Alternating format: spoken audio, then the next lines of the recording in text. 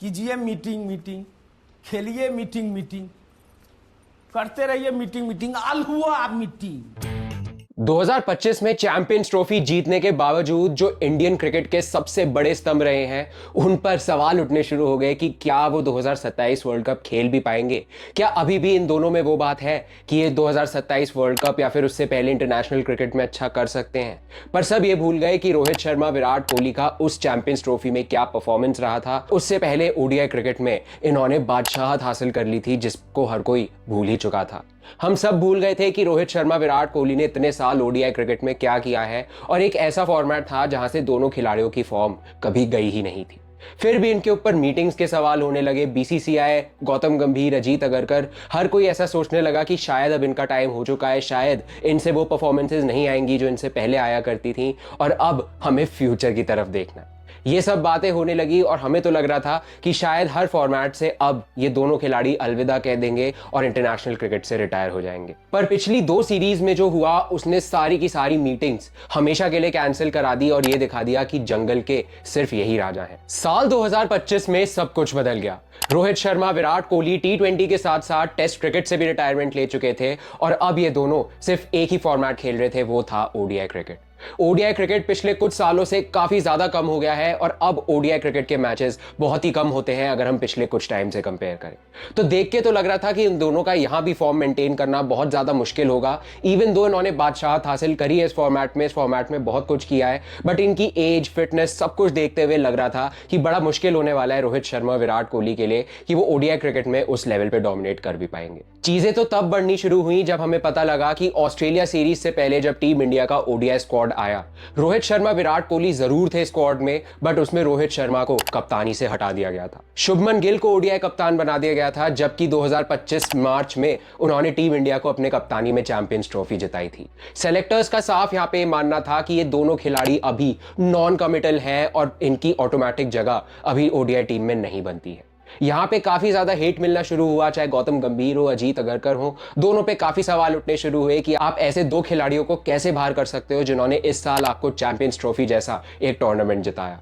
रोहित शर्मा को कप्तानी से बाहर जरूर किया गया, ये देखते हुए कि अब इनको फ्यूचर की तरफ देखना है और 2027 में जाते जाते इनको एक ऐसा कप्तान चाहिए जो लॉन्ग टर्म में अच्छी से लीडरशिप कर पाए। बात कहीं ना कहीं समझ जरूर आ रही थी, बट अब देखकर यह भी समझ आ गया था कि रोहित शर्मा, विराट कोहली का ओडीआई फॉर्मेट खेलना भी पक्का नहीं है। सब कुछ डिपेंड करने वाला था कि ऑस्ट्रेलिया से सीरीज जो होने वाली है, साउथ अफ्रीका से जो होने वाली है और उसके बाद जो जनवरी में न्यूजीलैंड से सीरीज होगी, दोनों की उसमें कैसी परफॉर्मेंस रहने वाली है। और सेलेक्टर्स, कोचेस की बात से यह समझ आ रहा था कि अगर इन दोनों की परफॉर्मेंस नहीं आती तो इनको काफी जल्दी ओडीआई सेटअप से भी बाहर कर दिया जाएगा। तो चलिए थोड़ी सी नजर डालते हैं हम एक री इन्वेंशन आर्क पर जो इस बार रोहित शर्मा ने हासिल किया। रोहित शर्मा पे बहुत सारे सवाल उठ रहे थे जब बॉर्डर गावस्कर ट्रॉफी 2024-25 में चल रही थी, जहां उनके टेस्ट रिटायरमेंट को लेके बहुत बात हो रही थी, क्योंकि उनका फॉर्म बहुत ही खराब था उस पूरे बीजीटी में। और चाहे वो टेस्ट फॉर्मेट था, बट वहां पर उनकी फॉर्म बहुत टाइम से खराब चल रही थी। बीजीटी में उनका एवरेज 6 से 7 के बीच में था, जो कि एक टेलेंडर का भी नहीं होता। इतने बुरे हाल चल रहे थे रोहित शर्मा के बॉर्डर गावस्कर ट्रॉफी में, जहां हर कोई बोलने लग गया था कि अब रोहित शर्मा को रिटायर हो जाना चाहिए, छोड़ देना चाहिए टेस्ट फॉर्मेट और बस निकल जाना चाहिए। और यही हमें देखने को मिला था कि जो आखिरी टेस्ट मुकाबला न्यू ईयर टेस्ट खेला गया था सिडनी में बॉर्डर गावस्कर ट्रॉफी का, रोहित शर्मा उस मैच में नहीं खेले। वो एक बहुत ही बड़ा इंडिकेशन था कि रोहित शर्मा टेस्ट क्रिकेट को पहले से ही अलविदा कह चुके हैं, बस इस बात की ऑफिशियल पुष्टि होना जरूरी है। रोहित शर्मा अक्सर एक ऐसे खिलाड़ी रहे हैं जिनका काफी ज्यादा सोशल मीडिया पे मजाक उड़ाया गया है। उनके ऊपर मीम्स बनते हैं, उनको वड़ा पाव बोला जाता है, उनको बहुत सारी ऐसी डेरोगेटरी टर्म्स बोली जाती हैं जिसमें उनका खूब मजाक उड़ाते हैं और उनको खूब नीचा दिखाते हैं। तो रोहित शर्मा ये बात बहुत अच्छे से जानते थे कि उनको सबको गलत प्रूव करना है और कई सालों से वो ये करते हुए आ ही रहे थे। तो यहां पर रोहित शर्मा के पास एक बहुत ही अच्छा मौका था कि वो सबको गलत प्रूव करे और फिर दिखाए कि अभी भी रोहित शर्मा जिंदा है। अब एक ओडीआई फॉर्मेट ही बचा था रोहित शर्मा के लिए, ये दिखाने के लिए कि अभी भी रोहित शर्मा इस फॉर्मेट में डोमिनेट कर सकते हैं और इस फॉर्मेट में जब तक वो रिटायर नहीं होते, ये फॉर्मेट सिर्फ उन्हीं का है। और हमने अगले महीने बीजीटी के ये भी देखा कि कैसे चैंपियंस ट्रॉफी में रोहित शर्मा ने अपना जलवा दिखाया और उनकी फॉर्म कितनी अच्छी रही थी। फाइनल में उनके रन्स आए जो हम उनको अक्सर बोला करते थे कि वो चोकर हैं, वो मेन मोमेंट्स पे परफॉर्म नहीं करते, मेन मैचेस में परफॉर्म नहीं करते। वहां से उन्होंने दिखा दिया कि वो हर सिचुएशन में टीम इंडिया को बचा भी सकते हैं और जिता भी सकते हैं। चैंपियंस ट्रॉफी के फाइनल में न्यूजीलैंड के खिलाफ उनकी 76 रन की पारी आई थी और फाइनल में वो मैन ऑफ द मैच भी बने। और उससे पहले अगर हम बात करें तो इंग्लैंड से जो बायलैटरल ओडीआई सीरीज हुई थी वहां पर भी उन्होंने कटक में एक शतक जड़ा था। तो उनका फॉर्म ओडीआई फॉर्मेट में वापस आ गया था और सबको पता था कि the OG hitman is back. और उससे पहले तो हम 2023 से देख ही रहे थे कि रोहित शर्मा ने ओडीआई फॉर्मेट में क्या टेम्पलेट सेट कर दिया है, जहां 120-30 के स्ट्राइक रेट से वो बल्लेबाजी करनी शुरू कर दी थी उन्होंने, और उन्होंने पूरा का पूरा ओडीआई क्रिकेट और बैटिंग का माइंडसेट ही चेंज कर दिया। काफी ज्यादा रोहित शर्मा जिस अप्रोच से खेले थे 2023 के ओडीआई वर्ल्ड कप में भी, जहां उन्होंने बिल्कुल हार नहीं मानी, वो अपने पर्सनल माइलस्टोन्स का नहीं सोचते थे और सिर्फ यही देखते थे कि कैसे वो टीम को अच्छे स्टार्ट्स दे और टीम को एक बेहतर सिचुएशन में डाले। इसने रोहित शर्मा की अप्रोच काफी ज्यादा चेंज कर दी और आज रोहित शर्मा एक बहुत ही अलग प्लेयर बन चुके हैं जो सिर्फ टीम के लिए सोचते हैं, अपने पर्सनल रिकॉर्ड्स के लिए नहीं। आईपीएल 2025 के बाद उनको जितना भी ऑफ टाइम मिला वहां पर उन्होंने अभिषेक नायर के साथ खूब मेहनत करी और अपना वेट काफी ज्यादा घटाया। अपने अंदर वो मसल मास लेके आए, स्ट्रेंथ लेके आए और उन्होंने जिस तरीके से अपना वर्कआउट किया, अपनी बॉडी का ध्यान रखा, 3 महीने के अंदर ही अंदर उन्होंने 10 केजी से ज्यादा वजन घटा लिया। और एकदम आज हमें एक नया, एक युवा, एक एनर्जेटिक रोहित शर्मा देखने को मिलता है जो सिर्फ यही चाहता है कि वो किसी तरह 2027 वर्ल्ड कप तक टिक जाए और 2027 वर्ल्ड कप चाहे बतौर कप्तान नहीं बट बतौर खिलाड़ी वो 2027 वर्ल्ड कप जरूर जीते और टीम इंडिया को वो ग्लोरी दिलाए जो 2023 में उनके हाथ से निकल गई थी। और हम सब फैंस को तो यही उम्मीद हो गई थी कि 19 अक्टूबर से जो इंडिया ऑस्ट्रेलिया की ओडीआई सीरीज शुरू होने वाली है वहां पे तो रोहित शर्मा को गदर मचाना चाहिए। और वही हमें देखने को मिला कि पहले मैच में तो रोहित शर्मा जल्दी आउट हो जाते हैं, बट उसके बाद सेकंड ओडीआई में एडिलेड में वो 73 रन की पारी खेलते हैं जो टीम इंडिया को उस मैच में एक रिस्पेक्टेबल टोटल तक तो लेकर ही जाती है।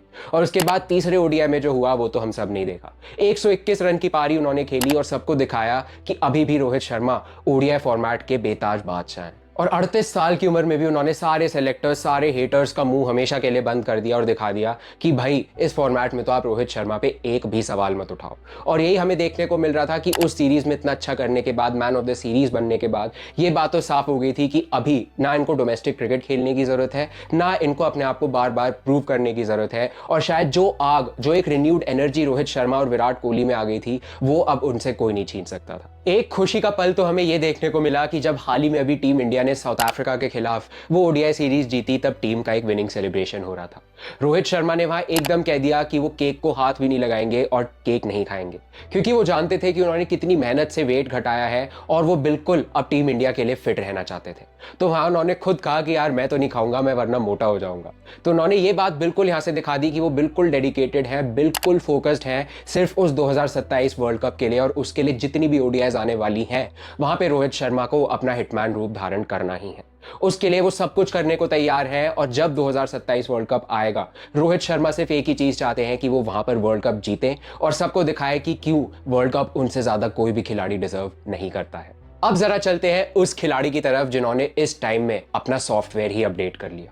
हमें एक विराट कोहली 2.0 देखने को मिला जो इस वक्त सब किसी को प्रूव करने के लिए या अपने रिकॉर्ड्स बेहतर करने के लिए नहीं खेल रहा या अपनी लेगेसी बढ़ाने के लिए नहीं खेल रहा। वो इस वक्त सिर्फ अपनी क्रिकेट एंजॉय करने के लिए खेल रहा है, क्योंकि अब वो जानते हैं कि वो टेस्ट क्रिकेट नहीं खेल रहे, वो T20 क्रिकेट नहीं खेल रहे। तो वो जानते हैं कि जितना टाइम उनका अभी ओडीआई क्रिकेट और इंटरनेशनल में बचा है उसको बस वो एंजॉय करें और वही प्रोसेसेस को ध्यान में रखें जो इतने साल जिन्होंने उनको सक्सेस ला के दी है। और यही हमें देखने को मिला है कि किस तरीके से विराट कोहली अभी भी उतने ही फ्यूल्ड लगते हैं, उतने ही ज्यादा अग्रेसिव लगते हैं जितना वो अपने पीक डेज में हुआ करते थे। कोई देखकर नहीं बता सकता कि विराट कोहली अब 37 साल के हो गए हैं और अब इनके करियर का लास्ट फेज चल रहा है।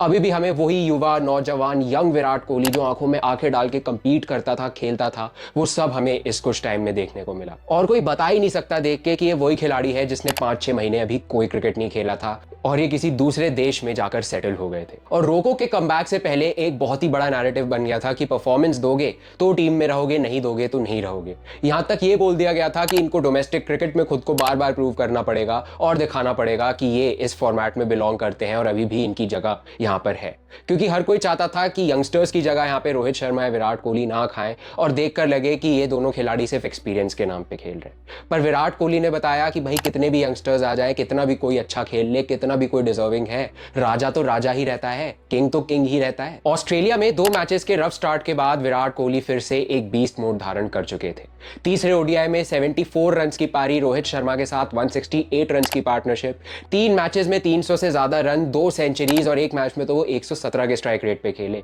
जितने भी सवाल थे उनके स्ट्राइक रेट, उनके गेम, उनका जिस तरीके से वो इनिंग्स को पेस करते थे, सब पे फिर से एक फुल स्टॉप। और जितनी मीटिंग्स की बात उनके लिए होती थी ना कि रोहित शर्मा विराट कोहली का फ्यूचर डिस्कस करना है, मीटिंग्स हमें रखनी है, हमें डिसाइड करना है कि अभी भी इनकी टीम में जगह बन रही है नहीं, मुझे तो लगता है कि वो हमेशा के लिए कैंसिल हो गई है बिन परफॉर्मेंसेस के बाद। और 2027 वर्ल्ड कप के बिल्डअप में भी जितनी ओडीआईज है, चाहे कोई यंगस्टर सेलेक्ट हो या ना हो, किसी की जगह पक्की हो या ना हो, पर रोको की जगह उसमें एकदम परमानेंट रहने वाली है।